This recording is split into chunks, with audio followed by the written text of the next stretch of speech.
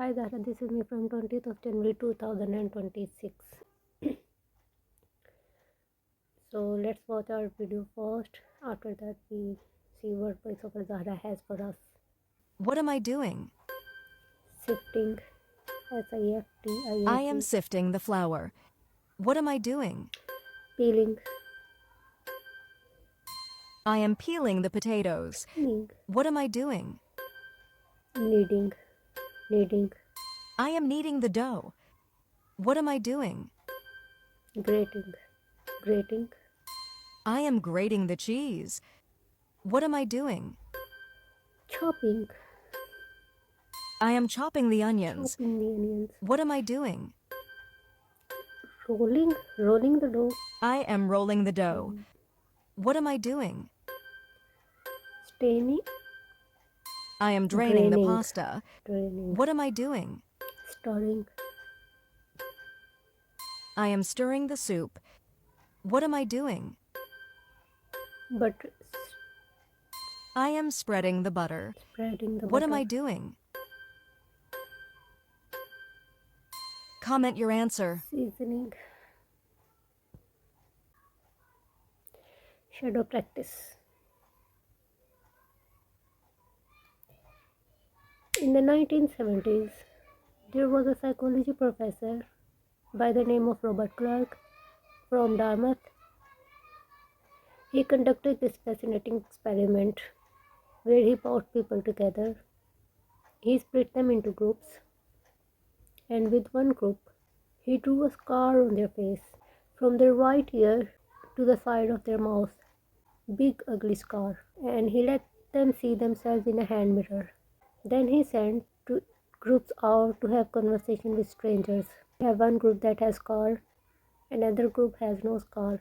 After the conversation, when they come back and they report how they felt the conversation went, the group with the scar overwhelmingly reported that they felt judged. It was tense. The other person was distant because of the scar. But here is what really got it interested. But here is where it gets really interesting. If we rewind just a little bit, right before the researcher sent them out in the conversation, he applied moisturizing cream to this car so they just see themselves in the mirror, and he then applies his cream, but he does not tell them he is removing the scar. So now they have no scar on their face, but they believe they do. They go into this conversation believing that, expecting that they will be treated badly, poorly, judged, and that's what they experience. It's wild. When you think about the applications of us in the lives, when you think about the implications of us in the lives, okay, may not be a physical scar, but we all have beliefs and expectations about ourselves based on how we see ourselves,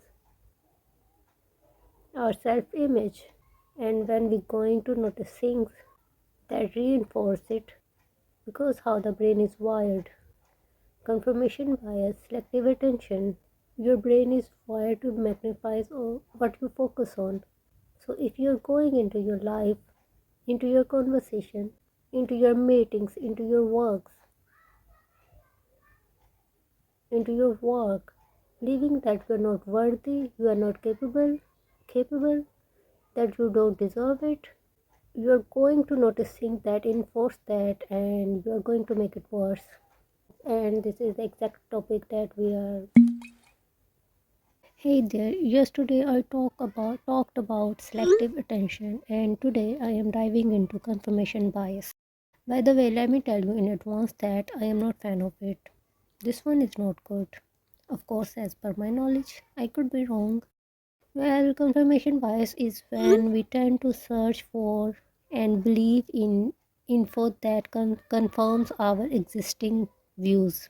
We kinda cherry pick data, interrupt stuffs in a way that fits what we already think, and sometimes ignore the rest.